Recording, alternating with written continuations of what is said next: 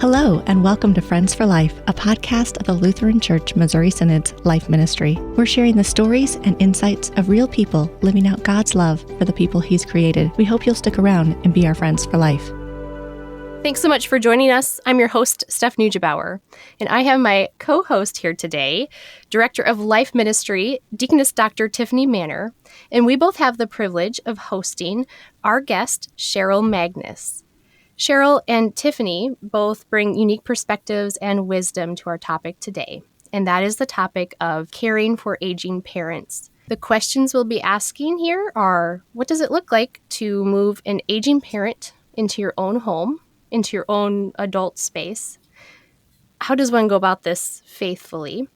How does it affect the parent-child relationship when children find themselves in the role of caretaker for their parents?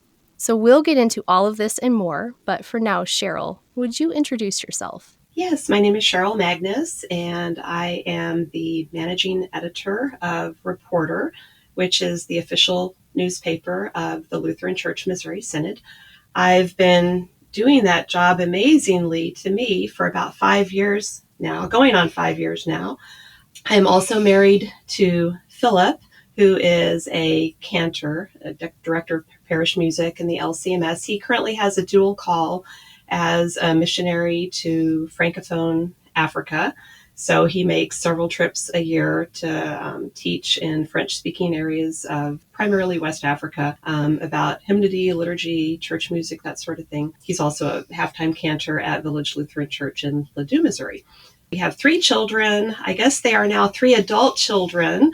My oldest is going to turn 30 this year, middle daughter 25, and then I have a high school graduate in just a few weeks who is 18. I studied as a music major initially in college and got a degree in piano, where I met my husband, but eventually turned to English as more of my career goal and career pursuit. So I've done a lot of piano playing freelance on the side at church over the years. Here in the International Center, if you ever tune in for our daily chapel and you hear the piano being played, it's probably Cheryl, and she's amazing, very gifted. I do some playing here as well. But professionally, I've primarily been an English teacher, spent a lot of years as a homeschool mom, and then sort of found my way a little bit later in life into doing some professional writing, which has been a joy and a blessing. And now here I am with a full-time job as a writer, which I would never have predicted, but I'm really happy to be here. So why did you say amazingly it's been 5 years? Does it feel like a long time or a short time to be in your position now as editor? It actually feels like kind of a short time. I don't know. It depends on how you look at it. You know, if I look at the whole 5 years, it seems like it's gone whizzing by, which happens as you get older. True. But then if I look at everything that has happened during that 5-year period, it seems like it's longer than that. So yeah, it depends on your perspective. Well, it's so good to have you here today and to see both of you in the same room, being able to talk together, all 3 of us. Cheryl, you mentioned, of course, that you've been able to do some writing professionally in addition to your role with the Reporter. You've also contributed to a book. Can you tell us about that? Yes, so this was, I believe, about 4 years ago. Katie Shorman reached out to me about contributing a chapter to a new book that she had in the planning stages. The book is called He Restores My Soul, and her vision for the book was that it would be centered around the 23rd Psalm, with each chapter of the book focusing on a verse of the psalm or taking its theme from a verse of the 23rd Psalm. So she asked me to take He Leads Me in Righteousness for His Name's Sake, specifically with the topic of the subtitle to the chapter was Getting Past Your Past. So she asked me, as somebody who was not raised in the church, not raised in the Christian faith largely, or at least for a good chunk of my childhood, to write about what it is like as a parent trying to raise your own children in the faith when you don't have that foundation of having been raised in the faith yourself. So I was baptized as an infant, but then went through a long period of time where my parents didn't take me to church. And then when I was actually confirmed, it was in the Roman Catholic Church because my mom sort of belatedly came to Roman Catholicism and she became Roman Catholic. I went through instruction with her when I was in junior high school, so I became Catholic. So I am a Lutheran by marriage. I met a Lutheran boy and married him and became a member of the LCMS. And in your chapter for He Restores My Soul, which we've also talked about in previous episodes, namely with Deaconess Pamela when she was on earlier. But towards the end of that chapter, you also talk about caring for aging parents. It's just kind of the latter end of it. How has your experience caring for your parents, but especially your mom, how has that colored and affected the way that you've written now since then? Well, interestingly enough, the very first article that I ever had published in a national news outlet, which was the Federalist, was on this very topic. So, the fact that I had my mom in my home and was caring for her is, I can say that that's kind of responsible for me, I guess, launching into more of a professional writing career. But the way that that came about was that I stumbled on an article. This was in 2014. I stumbled on an article written by a man named Emmanuel, who is a medical doctor and at the time was a healthcare advisor to President Obama. The name of the article was Why I Want to Die at 75, or something close to that. He's a healthy man, but he hoped that by the time that he was 75, that he would die a natural death. He did not advocate in the article euthanasia or assisted suicide or anything like that, but he suggested that there would come a point in his life when he would reject pretty much any kind of medical treatment or medical care. The reason being that he thinks that as we start to decline, as we start to weaken, as we age, that we're less useful, we're more of a burden, and he would prefer to, pass quickly, die sooner rather than later, instead of being a burden to his children and not being useful. So as somebody that had my mom living with me at that time, she had been living with me for a number of years, and we were getting to the point that we were starting to think about the potential that we might be facing her death, in the next 5 years, something like that. And she was weakening and declining somewhat. And this article just hit me in a very bad place. I was like, this is really bad, really wrong. So I sat down and wrote a response, basically a rebuttal to it. I sent it off to the Federalist because I knew Molly Hemingway and I knew she was associated with the news outlet and thought, well, at least here I know somebody. And to my surprise, they accepted it. That was sort of my entry into writing for a national news outlet. And that title in 2014, so your response, your rebuttal, Why I Want to Live Long and Burden My Children, published in the Federalist. Kind of a catchy title, Why I Want to Burden My Children. What does that mean exactly? Yeah, so it was a direct response to the Emmanuel article, Why I Hope to Die at 75.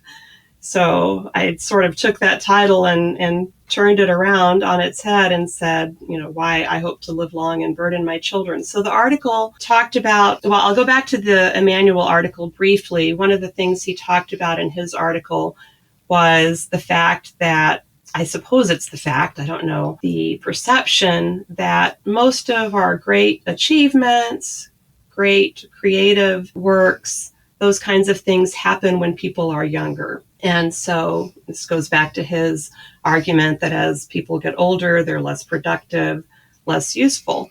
I responded to that in my piece by saying, even if that's true, it doesn't matter, because the value of life as we understand it as faithful Christians is not in a person's productivity or usefulness, their utility, what they're able to do, but simply in their status as a creation of our Lord. And so I think I ended the article saying that my mom, sitting in her rocking chair, watching TV, sometimes being difficult, sometimes cantankerous, is no less valuable of being cared for and tended to and that life upheld than somebody that's, writing the next great American novel. Oh, there's so much that can be said about that. You brought up our American culture that's increasingly putting this idea that life is valued only when we decide it's valuable and worthy, and that prioritization of the prime of life and contributing to society. Even our English language as a counter response to that. Steph and I were talking just a few days ago, and we were talking about how we're not human doings, we're human beings, right? We're humans because we exist. So even in an argument from a natural law kind of standpoint, for someone who's not a Christian and maybe they don't, understand that we have a creator, but even the way we talk about ourselves expresses the idea that because we're alive and we're human, because we exist, that we ought to be valued, not on the basis of accomplishment. We need to keep speaking up to this in our culture and our society. So thank you for doing that. I remember reading the article at the time, and I've reread it since. Very impactful, very, very valuable. But, even the phrase, I want to be a burden to my children. That's out there in society too. I don't want to be a burden to anyone. This American ideal of, we're going to be the self-made person. That's not a really helpful way of having your perspective of life. We're supposed to be in community with one another. We're supposed to be burdens on one another. And so we've got to counter that. We're all a burden to everyone else. So we need to kind of get over this. And I know I hear it in my own family. I hear my mom says that to me often. I don't want to be a burden to you. And so we've been saying, well, Mom, I've been a burden to you my whole life. My kids are burdens to me too. I'd be a burden on me. We're supposed to be burdens to one another. I had the exact same conversation with my mom multiple times. She said the same thing. I don't want to be a burden to you.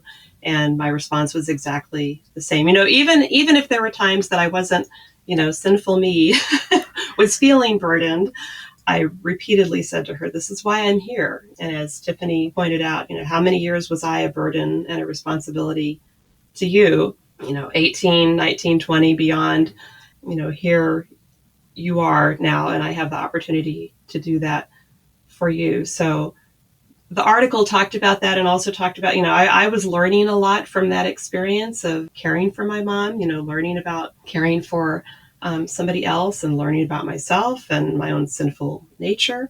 And so I think that's a worthwhile experience for my children to have someday. And I'm sure that I will come to the point that I will feel the same way. I'll probably look at my own kids and say, I'm sorry, I don't want to be a burden to you. And I'll have to try to remember, or I'll ask them to remind me, remember that article you wrote, 40 years ago, maybe 30, if I'm thinking optimistically. Yeah. So antithetical to our culture is this fact that Christians as a community, a church, and then down to the family is codependent on each other and naturally are burdens to one another. It even says in Scripture in Galatians to bear each other's burdens and thus fulfill the law of Christ. And so it's something we're just called to do vocationally. And then in your specific context, just as your mother and father bore the burden of raising you and caring for you and changing your diapers and going to sporting events or whatever. Now, on the flip side, you serve them through bringing them in, caring for them.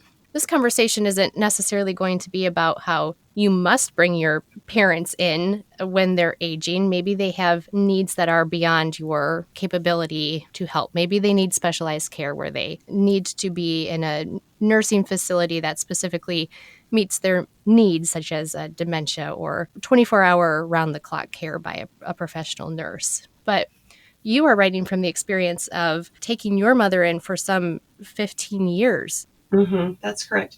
So my dad was about 15 years older than my mom, and he died in 1994. So she was without him for quite a number of years. My mom died in 2016. So I'm thinking, she was without him for over 20 years. So just to back up a little bit, I'm the youngest. I have a rather interesting family. I'm the youngest of a blended family of 11 children in all. Both my parents were married before and had children from previous marriages. So I was the one ours of hers, his, and ours family. So by the time I was having children, most of my siblings were kind of already beyond that stage of their lives. And so I invited my mom to move to Illinois, where we were at the time. Had met my husband and gotten married and had our first child in Texas, but then we'd moved off to Illinois. Invited her to come and live in the same town and help me take care of my children, which she did. And when she initially moved to Illinois, she had her own place. Then it just seemed as she became a little bit, less capable. This was even before she had declined a lot, but it just seemed to make more sense for her to go ahead. We had room, could save on expenses to have her go ahead and move in with us. And then she's there. And, so I was blessed for so many years with a mom, not only in the same town, but for a period of time in the same house, built-in babysitter for a number of years, so I had this freedom to just go to the store if I felt like it and leave the kids with grandma. So many young mothers don't have that luxury. I'm not suggesting that I owed her this because of the help that she gave me in caring for my children. But certainly that was in the back of my mind. It's like, what sort of daughter would I be if, as soon as mom is less able to watch the children, then suddenly, I'm not caring for her in the same way that she's cared for me and cared for the children. My mom did not have Alzheimer's or any sort of chronic serious illness.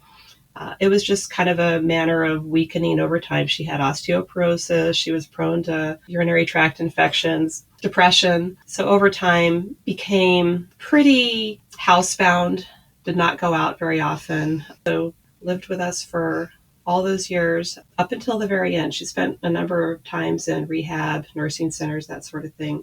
But one of the things that I'm most thankful for is that after a time in a nursing center, towards the end, we were able to bring her home, and she did die in her room at home. So that was a great blessing. And Tiffany, now you're coming into this conversation with a unique perspective too. Tell us about that and kind of the beginning of your story here for your own family and for your mother.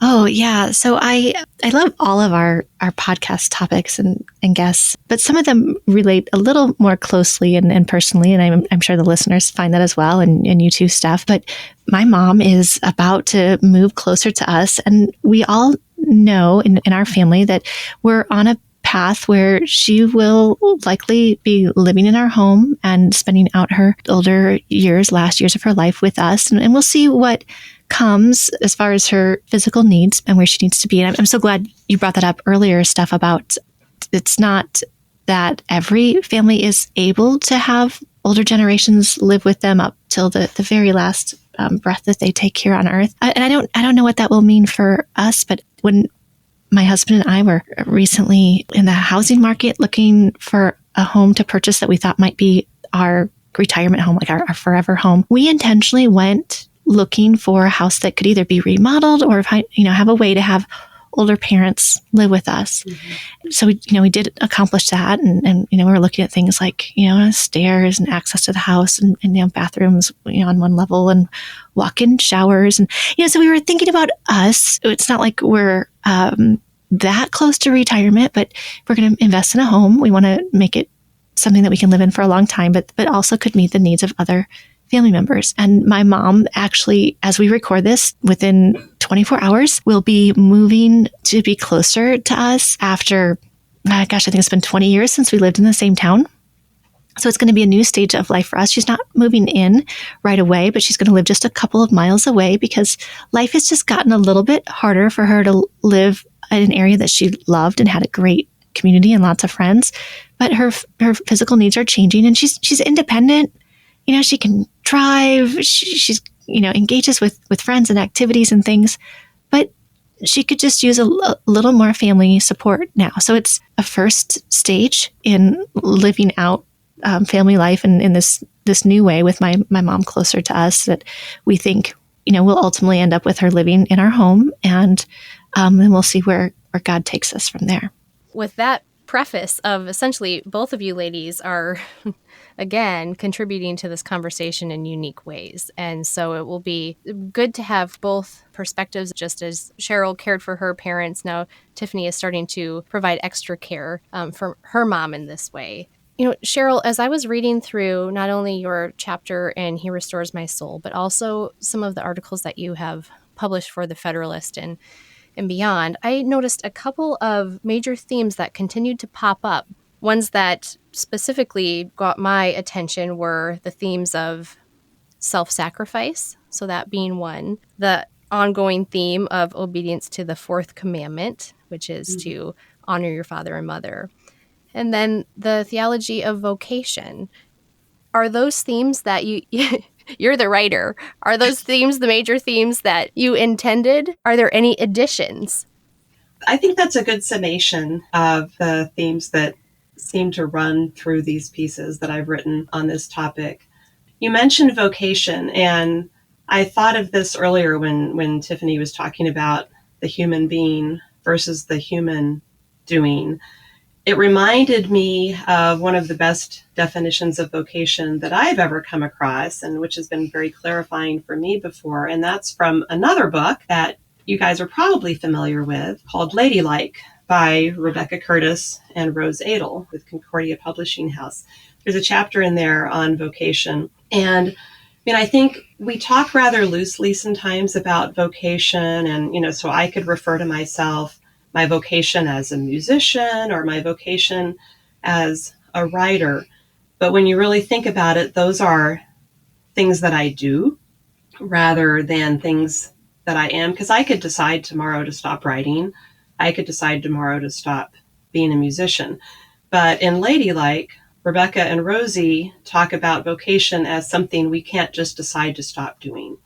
I am a mother, and I can't just decide that I'm not a mother anymore. I am a daughter. God has put you in. It's a place that God has put me. Yeah. I am a sister.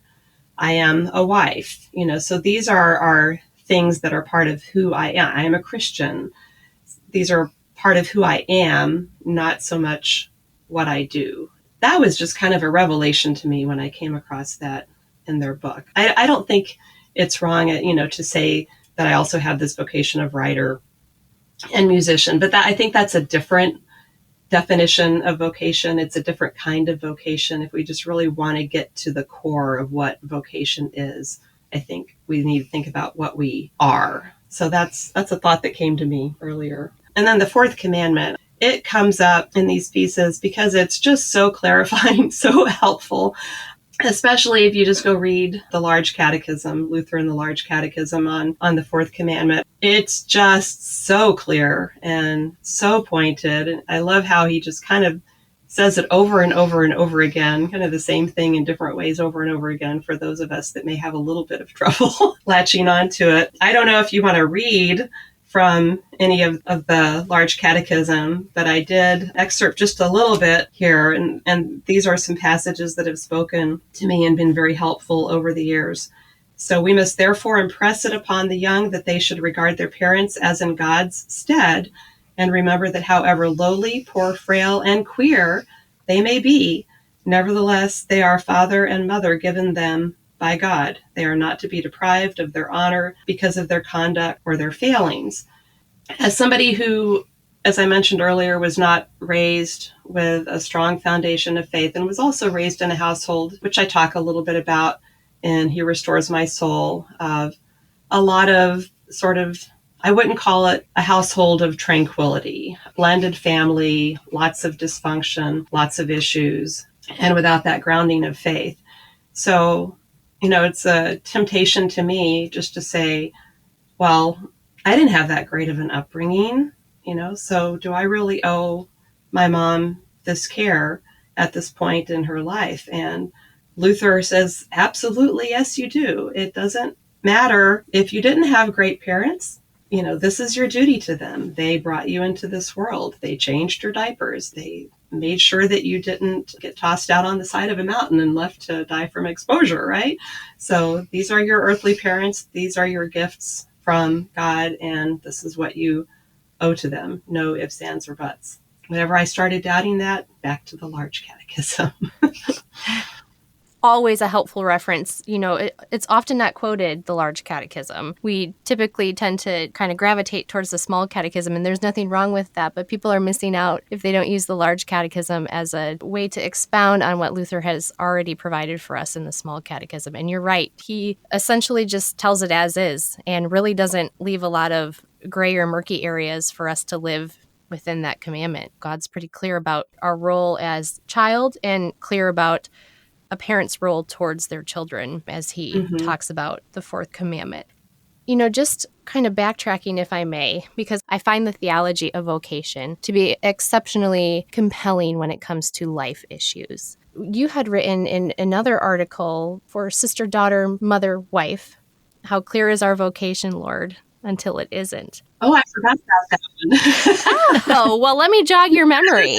I don't know if you are the person who, as you write this, come up with the titles, or if your editor at the time does, but these are some really clever titles that immediately draw you in. So if you're the author of the titles as well, I'm just very impressed. So good, so catching. That may have been Anna Mussman, who's the primary editor of that blog. I helped with some editing of it as well, but it was primarily her creation and she was the primary editor. So she may have come up with that title. I don't remember.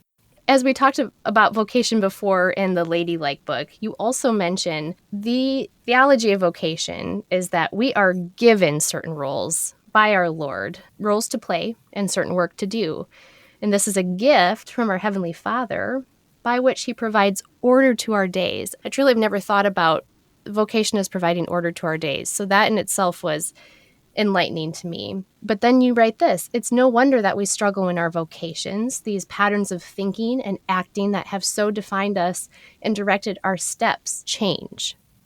How does your vocation as daughter change when you become the caretaker for your parents, and specifically for your mother? How did that change? And then what things also stayed the same?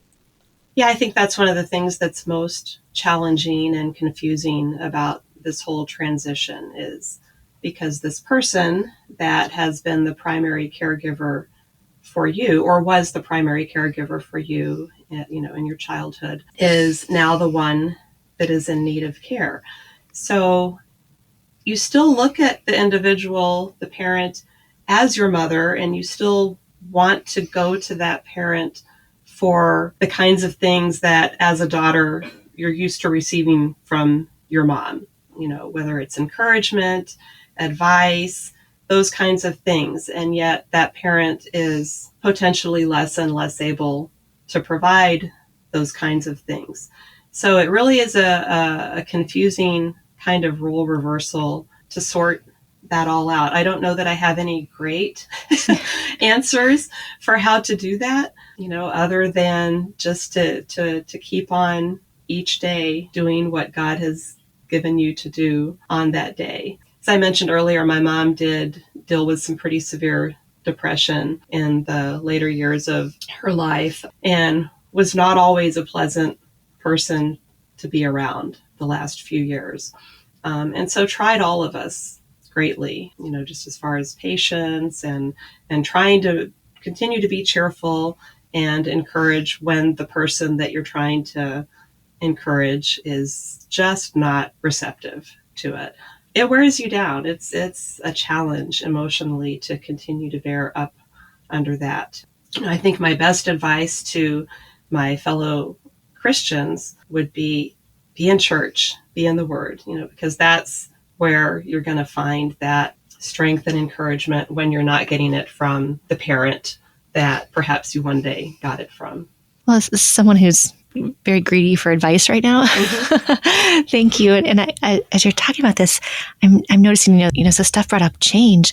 Well, it's not just you that was changing, your mom was changing. And I see that. I mean, we all see that with the people around us.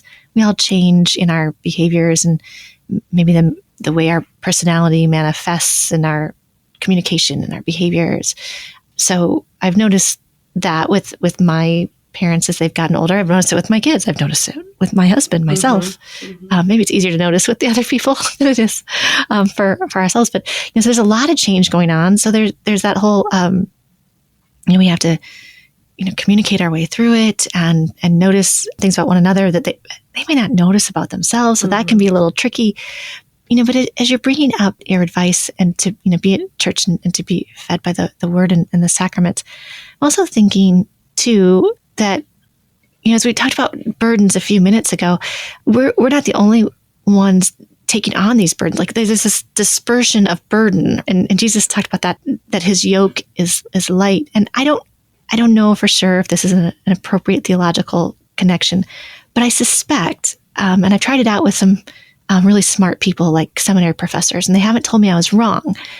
Galatians 6:2, the burden bearing that we do with one another to fulfill the law of Christ. I mean, this can be how this yoke of burden bearing gets lighter. So we go to church, we're strengthened by the word and sacraments, but we're also, taking the burdens that we bring up to the altar of the Lord.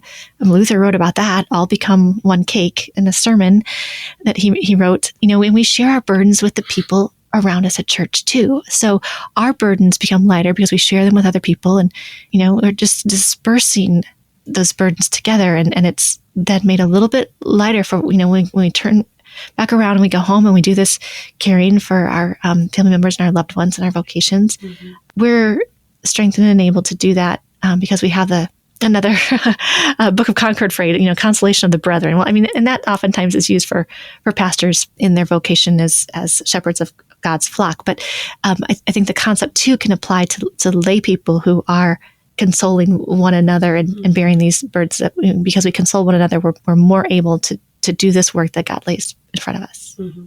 Primarily then receiving strength to carry on the roles of our given vocations through God's sustaining word, his bread, his body, the wine, the blood, and continued communion with the saints. Very wise advice from both of you. This just made me think of, I had forgotten about this memory for a long time, but I do remember being in church one day, and I don't quite remember when it was in relation to where my mom was in her progression at the end of her life, but I think it was fairly close to the end, and I had a particularly rough day with her, rough exchange with her. She was being particularly difficult and resistant to my encouragement.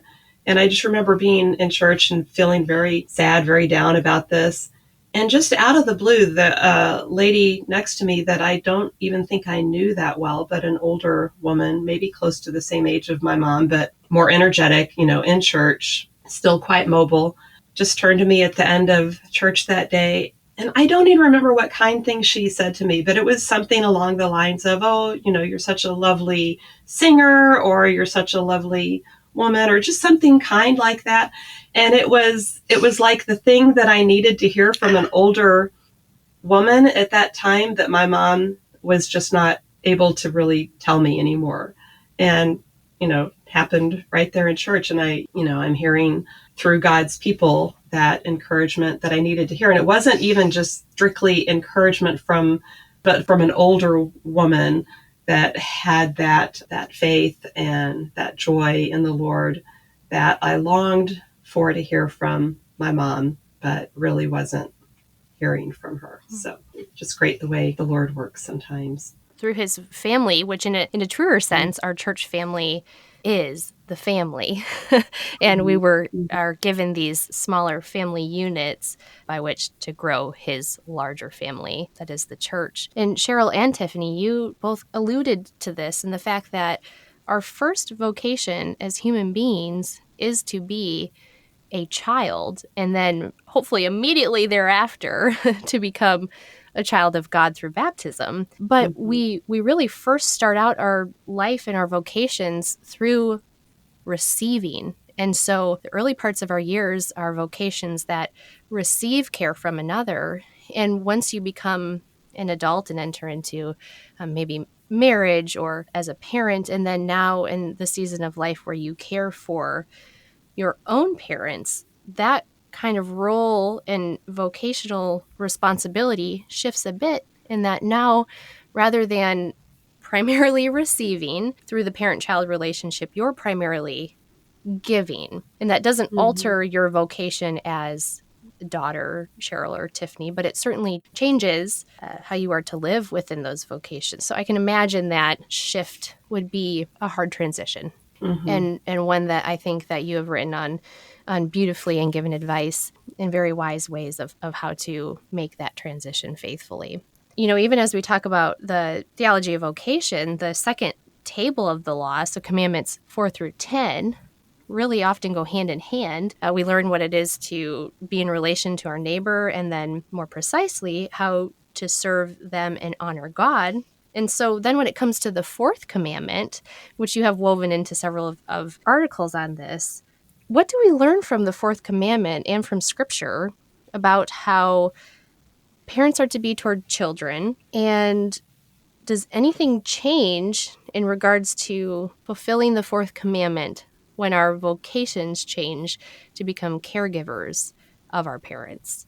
Well, if we continue with the large catechism, and that just a little bit farther down in the same passage that I read earlier, Luther actually does address the parents and how they are to treat their children.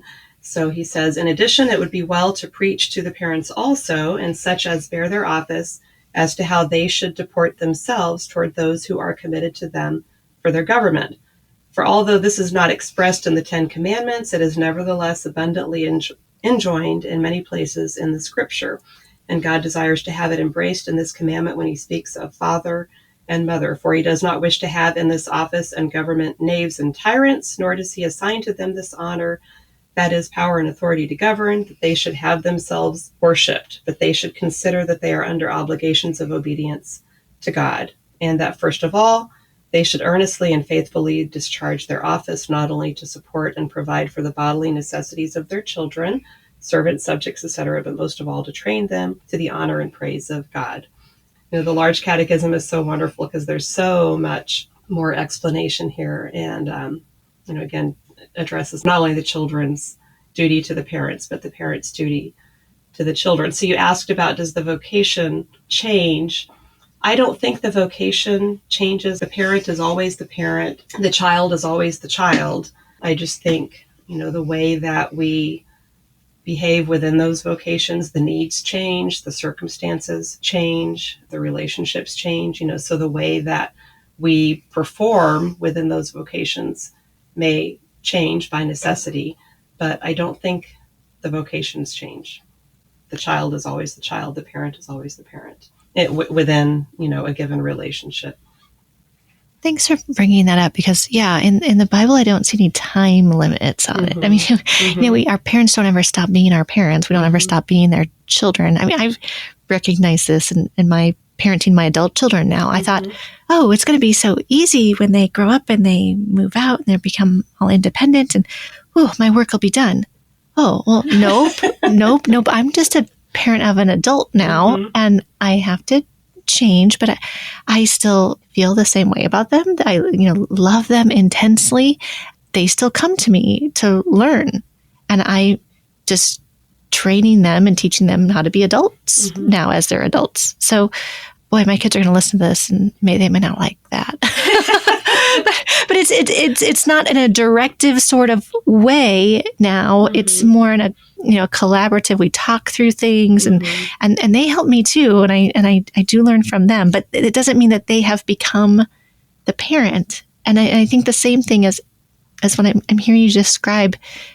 For me in these coming weeks and months and years with my mom, I'm not going to become the parent, because I think sometimes you see that in our culture with, you reverse roles. Now you're the parent of your parents. And that's not what Luther described in the Large Catechism. That's not what we see in the Bible.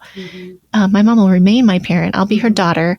We may have to engage differently. I mean, I don't have to now, but I may have to help her with medications. I may have to go to the doctor's offices with her, but that doesn't mean that I've treating her like she's my child. So how do I adjust my vocation in there so that I still honor her in the same way? Titus chapter 2 was something coming to mind where it talks about the mature women teaching the younger women on this verses 3-5 in Titus chapter 2. I often think of that when, as a deaconess, when I would visit people in nursing homes. I need to be in a posture of learning from these really experienced saints of the Lord. I can still continue to learn from my parent, even if I'm doing the caregiving, and vice versa. Any older woman I come across and the authorities in my life. Cheryl, I also dusted off the cobwebs of another 2015 article. This title may jog your memory, or you may have already dug it up, but You call this article, Aging Parents, the Fourth Commandment, and the Jacket I Refuse to Wear. Oh boy, yes. Yes. So the jacket, and I encourage everybody to go to this article and read it. But the jacket was that you were a 50-some-year-old woman, your mother living with you. It was a cold or wet day, and your mom said, don't forget your jacket on the way out. And you bristled against that because you're a 50-year-old woman. You can make up your own mind about whether you should be wearing a jacket or not. And so this is a humorous illustration. But what about kind of the bigger issues where you have someone living in your home and there's nothing like living under the same roof to really brush up against another and cause irritation with each other as a family? And you mentioned, your mom could be cantankerous and sometimes not very pleasant. Well, how do you honor the Fourth Commandment even in those times? Or even if you don't want to wear your coat because you can make up your own mind? What do you do? And how do you balance the dual parts of the Fourth Commandment as honoring your parent as an adult? Yeah, you're digging up all kinds of things. I had forgotten that there were several pieces on this topic on sister, daughter, mother, wife. I had totally forgotten about those articles. So I'll have to go back and reread them now too. So that was during a time when we were actually, we had lived in Illinois for a number of years. And then my husband took a call to a parish in Oklahoma. We moved to Oklahoma, and my mom was living with us at the time, so she moved with us. And we didn't immediately find a house that we wanted to buy right off the bat. So we lived in a rental house for at least a year, maybe a couple of years. I can't quite remember now. And it was a smaller home. Yeah, so we were quite squeezed in to this small home, all kind of under each other's noses, under each other's feet, small kitchen. And so it just, I think, made everything a little bit bigger than it otherwise would have been. And of course, when you're living with your mom, you're going to hear those kinds of things, those kinds of reminders. And I see it in myself now with my own older children. You just become so accustomed as a mother to giving that kind of reminder, and when you've done it for so many years, it's very hard to turn it off. And so that's all she's, was often doing. But when you're crunched together in a small house, and again, you're, in your 50s and you have grown children, and it goes on, many times during the day, it does start to grate on you. And I think the answer is just bite your tongue, because is she saying anything offensive? Is she trying to offend?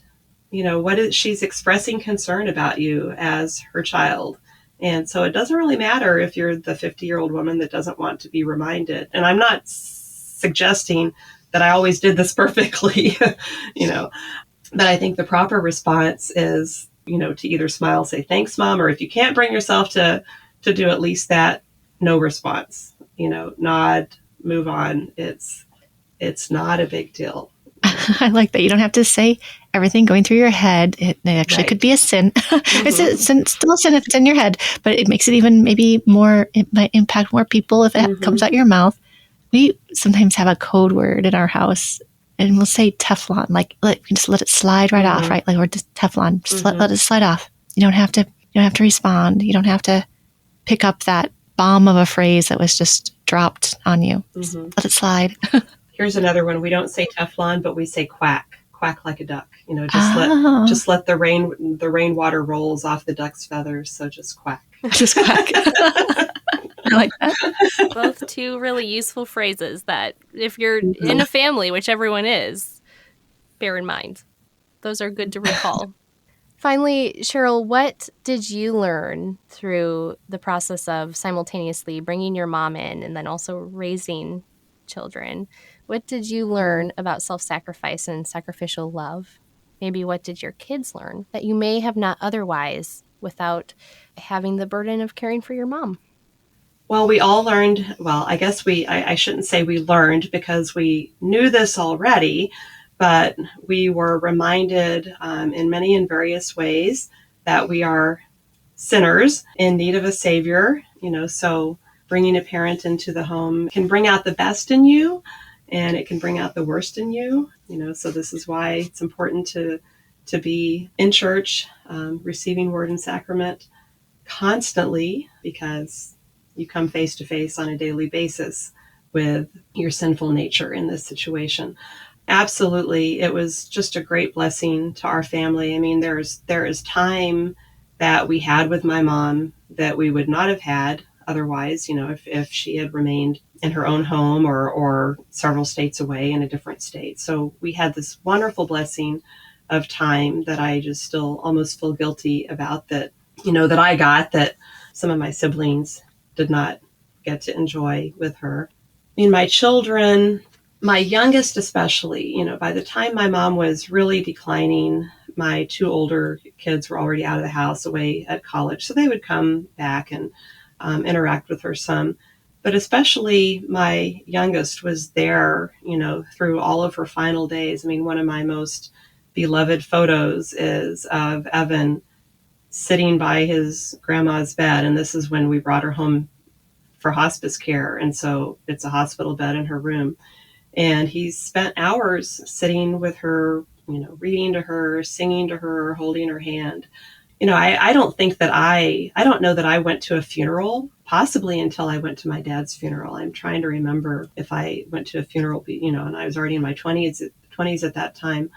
My kids have been to all their grandparents', 3 of their grandparents' funerals now, but Evan particularly had that experience at the age of 12 of sitting at the bedside of somebody who's dying. And, on the one hand, so hard and so sad. And, why would you want to put your child through that? And yet, he knows how to do that now. I'm looking for Evan and my other kids as well, of course, but they're all well trained in how to sit at a dying person's bedside. And I trust that they will be there at mine and at my husband's when the time comes, and they'll know what to do because they've seen that now. So compassion has grown and mercy shared. I think that's beautiful. And it's something in our society, we get a little segmented. The younger people are in school, and the middle-aged people are in work, and the older people are somewhere. They're at home or maybe they're in senior centers or things like that. And so to have that multi-generational experience, I mean, one place in our society where all the generations are together is in our congregations, right? They're in church. And so, we get that. And some of us don't have family that live nearby.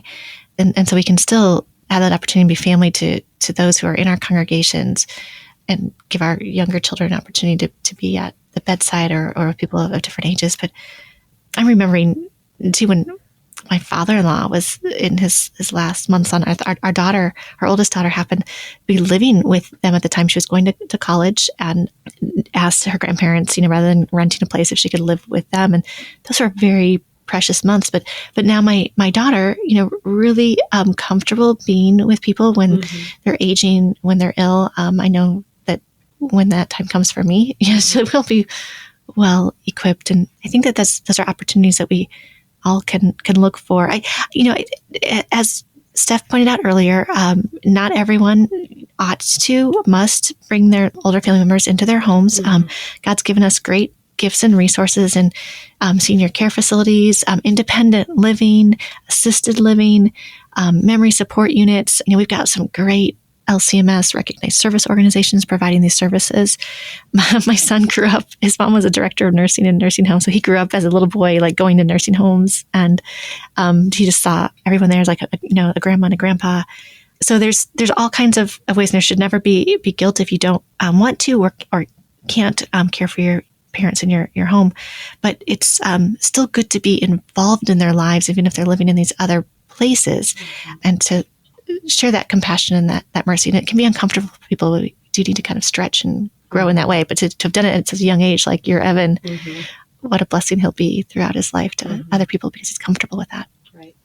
Yeah. So as we wrap up here, I know you have several pieces of advice, because in your article, Aging Parents, the Fourth Commandment, and the Jacket I Refuse to Wear, you end it by giving several pieces of advice to adults who are going through what you had gone through. But what is one piece of advice that you would give to Tiffany, that you would give to people listening as they are nearing a point in time where they become the caretaker for their parents? Mm-hmm. Well, I think we've already talked a lot about, being in church and taking that support that only your church family can give you. So that's a huge one. Accept that you're going to fail. It's not always going to be easy. It's not going to always go smoothly, and that's okay. And that's what church is there for. That's what confession and absolution are there for. Don't be afraid to ask for help when you need it. And that might just be the help of talking to somebody, like we're doing here, somebody that's been through what you're going through at the time.